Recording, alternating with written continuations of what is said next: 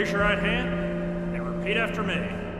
America's Army 3 is the newest game in the series of online multiplayer first-person shooters for the PC put out by the actual US Army. The game serves as a recruiting tool for sure, but aside from a few Army posters popping up here and there is very little hard selling going on in the game. Instead, the Army lets the ultra-realistic gameplay speak for itself. America's Army starts you off in basic training, where you'll have an assortment of challenges to pass that include obstacle courses, weapons training, and a basic first aid course. While the basic training is optional, players who conclude the training are awarded a better scope in the multiplayer arenas and access to better gear. However, even though the game was released in June, there are still some training areas which still have not been completed and say coming soon. The training missions that are available give you a nice feel for the game mechanics, including a few of its annoyances, such as the all too common occurrences of being stuck on objects and the sprint button not responding. Each training exercise has different levels of completion which provide more points towards promotions and better equipment.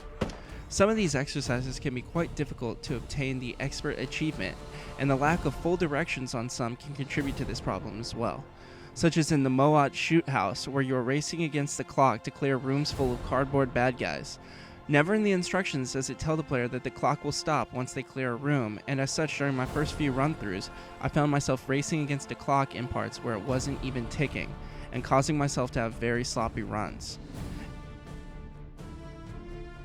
In another quote-unquote exercise, you're forced to sit through a class on how to give first aid to teammates.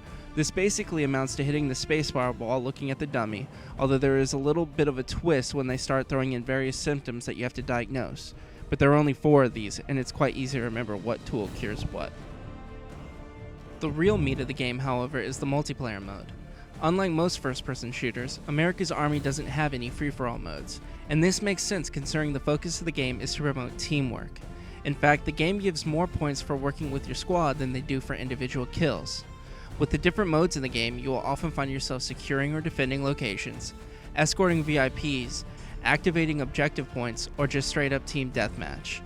In the online modes, the Army has gone to great lengths to making the combat feel as real as possible. If you die, you're out for the rest of the match.